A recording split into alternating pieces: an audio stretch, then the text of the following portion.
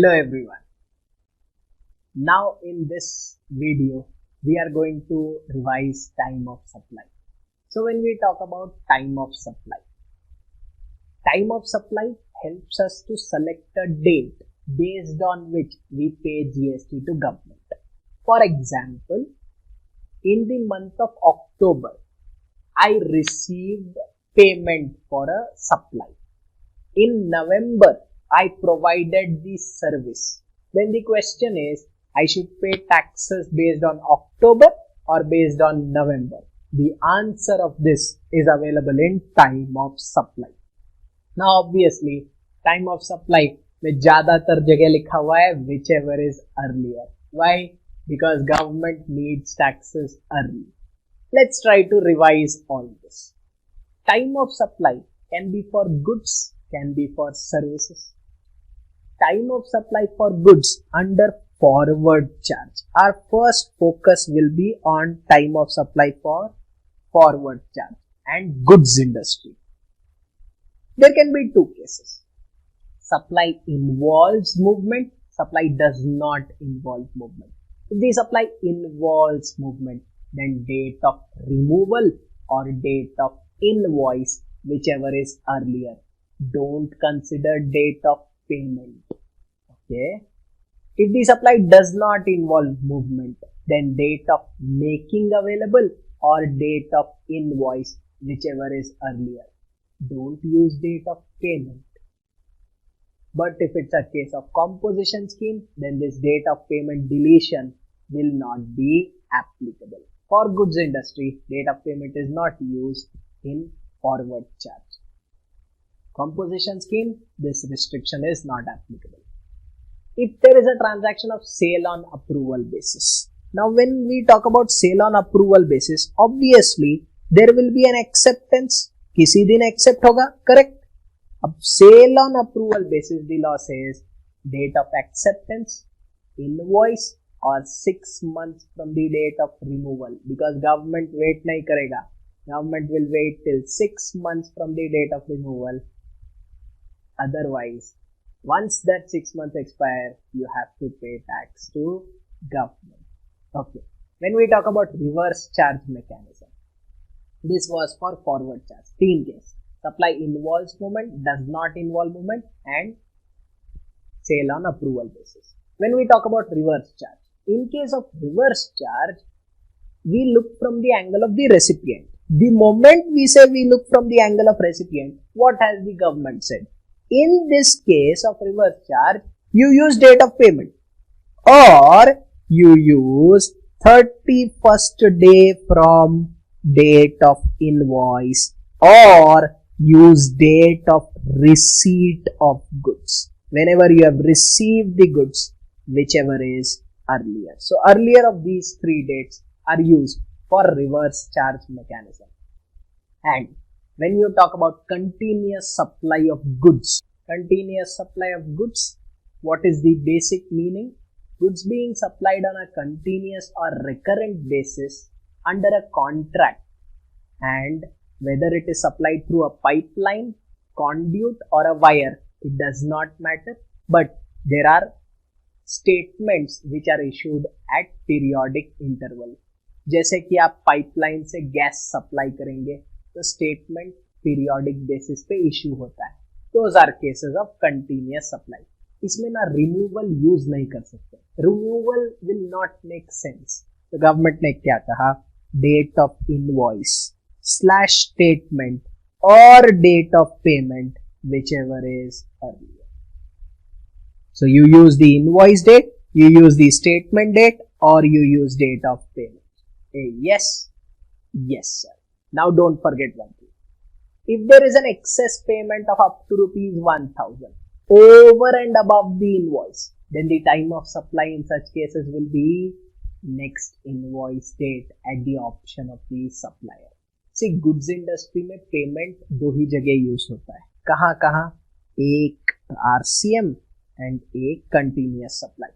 Forward charge में use नहीं होता है. This is a benefit which was given to goods industry in 2017 when the law came. Just after 4 months, this benefit was given.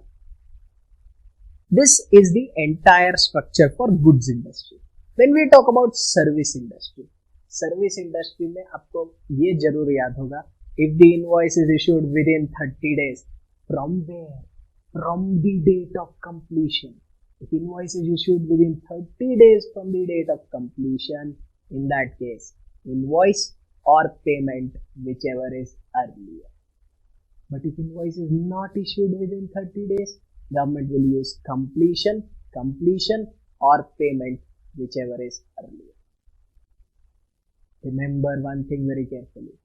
RCM का जब बात आता है for services ना, government uses date of payment or 61st day from date of invoice. यहाँ mistake मत करना, यहाँ 30 days count होता है from the date of completion and reverse charge में 61st day from date of invoice, because we are seeing from the recipient's angle. As we are seeing from the recipient's angle ना, invoice date is not relevant. 61st day from date of invoice is where government says अगर 60 days में पे कर दिया है तो that will be the date of payment. अगर 60 days के बाद पे किया तो I will not wait. 61st day will be the time of supply. Continuous supply of service. Whenever you talk about continuous supply of service, there can be three cases. Ascertainable contracts, not ascertainable contracts, and a contract where payment is based on completion of an event. देखिए continuous supply of service में ना तीन चीज use होता है, date of invoice, date of payment और due date to issue invoice. Now this due date to issue invoice can be of different types. पहले continuous supply of service का दो इंपॉर्टेंट चीज याद रखना. One, there will always be periodical payment obligation and the contract is for more than 3 months. If these two conditions are satisfied, na, only then in that case it is a continuous supply of service. One, periodical payment and more than 3 months. These two conditions satisfied, it will be regarded as a continuous supply of service. Government को ना इस case में contract date pick करना था. If you have written something in the contract ना, government uses that contract date to derive time of supply. ये जो due date to issue invoice देख रहे हो ना, यहां कॉन्ट्रैक्ट डेट यूज होता है. I give you a simple example. से सपोज कॉन्ट्रैक्ट में लिखा हुआ है, कंस्ट्रक्शन इंडस्ट्री का कॉन्ट्रैक्ट, बिल्डिंग बनाना था. कॉन्ट्रैक्ट में लिखा हुआ है कि every 5th 2 lakh rupees should be received. This is written in the contract. मतलब payment date is ascertainable. जब payment date ascertainable है, say suppose you have raised the invoice on 6th और आपको payment मिलता है 7th को. अगर ये normal case होता ना, normal case of forward charge, तब क्या लगता? Invoice और payment whichever is earlier, मतलब 6th और 7th whichever is earlier. But in case of continuous supply of service, government says आपने ही agree किया कि 5th को invoice raise करना था. That 5th which you have entered in the contract, 5th will be used as time of supply. So the day which you have mentioned in your contract, that day will be used as time of supply, and it will be compared with invoice date or payment date, whichever is earlier. Did you understand this? Due date to issue invoice, date of invoice or date of payment, whichever is earlier. Okay. Now, say suppose contract में कुछ लिखा हुआ ही नहीं है. Payment date is not ascertainable from the contract. If payment date is not ascertainable, तो यहाँ तो कुछ आएगा नहीं. यहाँ गवर्नमेंट ने लिख दिया then use date of payment. अरे date of payment he use करना है, मतलब date of invoice, date of payment or date of payment, whichever is earlier. In short, if nothing is mentioned in the contract, in that case, you don't have to worry. In that case, the time of supply will be date of invoice or date of payment, whichever is earlier, which is a normal time of supply for services. अब ऐसा भी contract हो सकता है जहां लिखा हुआ है कोई माइलस्टोन रीच करोगे तब पेमेंट मिलेगा. Like it's written that once first floor is completed, 2 lakh will be paid. Once first floor is completed, 2 lakh will be paid. If this is written, then say suppose on 10th November, first floor is complete. If on 10th November first floor is complete, that's what you have agreed in the contract कि 10th November पे invoice issue होने आना चाहिए. Now, if you raise the invoice on 11th November and the payment is made on 12th November, what will be the time of supply? The time of supply will be 10th November. So, what is government essentially doing? Government is picking up a date from your contract and comparing it with invoice and payment. Picking up a date from the contract and comparing it with invoice and payment. That's continuous supply of service. Use the contract date, compare it with invoice or payment, and whichever is earlier becomes the time of supply. Very smartly done by government for large period contracts. इसीलिए बोला more than 3 months. For large period contracts, government will use contract date, invoice or payment, whichever is earlier. Hey, when I say contract date, not the day when you enter into the contract, the day based on which invoices will be issued. And that's why it says due date to issue invoice as per contract. Hey, clear with this? Yes. So what have we discussed? Goods, services, तीन case, vouchers, something easy. Voucher. If it is identifiable, then date of issue. If it is non-identifiable, you use date of redemption. Simple logic. Date of issue use नहीं कर सकते हो for non-identifiable vouchers. Because for non-identifiable vouchers, you don't know what the other person is going to buy. He might buy a 12% GST product, 18% GST product, 28% GST product, and hence government says the day you redeem it, that becomes the time of supply. Interest. Is GST applicable on interest? If it is an interest on delayed payment of consideration for a taxable supply, then GST would be applicable. Again, interest on delayed payment of consideration for a taxable supply, then GST will be applicable. Now say suppose I provide a service and on that I charge interest. If my service is taxable, then interest will also be taxable. But say suppose I supply alcoholic liquor. Alcoholic liquor, there is no GST. If I charge interest, then GST will not be applicable because interest on delayed payment of consideration for a taxable supply is liable to GST. And then don't forget even one particular aspect. Say suppose you just receive an interest on loan, then again it is exempted. Though you have come across this in exemption chapter saying that any interest will be exempt if it is on loans, deposits and advances. But if the underlying supply is taxable, then interest on that will also be taxable. Are you clear with this? Yes. So voucher pada, interest pada. Last one is in any other case. Say suppose you cannot determine the time of supply by any case. In such case, you use date of, if it is a registered person, in that case, you use due date for filing GST return. If it is an unregistered person, date when he pays GST, that becomes the time of supply. The day when he pays GST, that becomes the time of supply. Thoda it is stringent, or I would say it is not in line with the motive of time of supply, but exams में यही लिखना है. If it's an unregistered person, that is a person who is not required to file returns, in that case, the date when he pays GST. Now, this was all the time of supply provisions. Let's try to recall. Goods industry, service industry. Goods industry, forward, reverse, continuous. Service industry, forward, reverse, continuous. Voucher and interest. And last one, we studied any other case. Now there are some special points. What do you mean by date of payment? Date of payment is entry in the books of supplier or credit in bank of supplier, whichever is earlier. Entry in books of the supplier or credit in bank of supplier, whichever is earlier. Now, the law also says that if the credit is after 4 working days, in case of change in rate, if the credit is after 4 working days, then government will ignore entry in books and take credit in bank as date of payment. And याद रखना ये सब forward charge के लिए. Reverse charge में date of payment क्या होगा? Reverse charge में date of entry in the books of recipient और date of debit in the bank of recipient, whichever is earlier. Clear? Yes. Now what happens if there is a change in rate? Change in rate.